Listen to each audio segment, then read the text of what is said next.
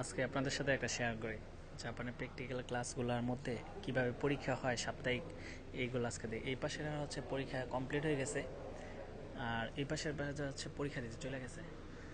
বিষয়টা হচ্ছে এই জায়গায় এক একজনরে এক এক রকমভাবে একটা করে ইঞ্জিল দিয়ে রাখা হয়েছে। স্যার এখন লেখতেছে নাম টাম লেখার পরে তারপর জিজ্ঞাসা করবে যে কে কীভাবে পরীক্ষাগুলো দেখে। এগুলো হচ্ছে ইঞ্জিন এই পাশে যেটা বানা হয়েছে, আর এখন মানে সেফটি করতেছে। তারপর হচ্ছে পরীক্ষাগুলো আপনারা একটু মনোযোগে দেখেন যে এই দেশে আসলে বাংলাদেশে যারা অটোমোবাইল নিয়ে পড়েন তাদের পরীক্ষাগুলো আর এই দেশের পরীক্ষাগুলোর মধ্যে পার্থক্য থাকে কীরকম। তো স্যার এখন হয়তো মানে বলবে যে স্টার্ট টাইম ওই জায়গায় আমি লিখে রাখছি, যদি স্টার্ট বলে তারপর দেখেন ওরা স্টার্ট শুরু করে দেবে।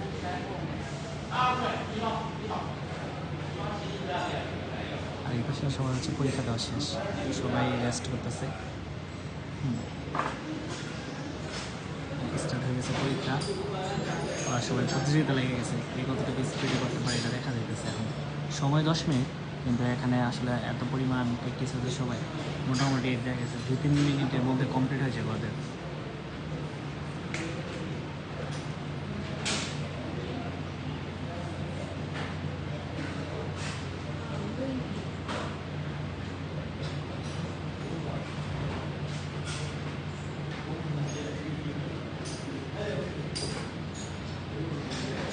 স্যার আসলে ঘুরে ঘুরে চেক করতেছে, প্রথম চেক করছে যে হাতের গ্লাভস আছে কিনা, যদিও পরীক্ষাটা প্র্যাকটিক্যালটা 5 নম্বরের পরীক্ষা হইতেছে এখানে।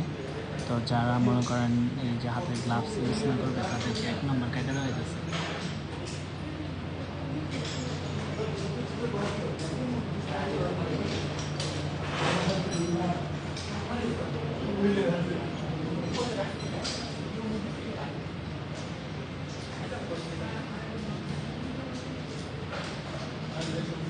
সবাই খুব স্পিডে করতেছে, দেখতেছেন অবশ্যই, কারণ এই দেশে ইঞ্জিনিয়ার প্র্যাকটিস ক্লাসগুলো আসলে খুবই একটু কঠিন হয়ে থাকে।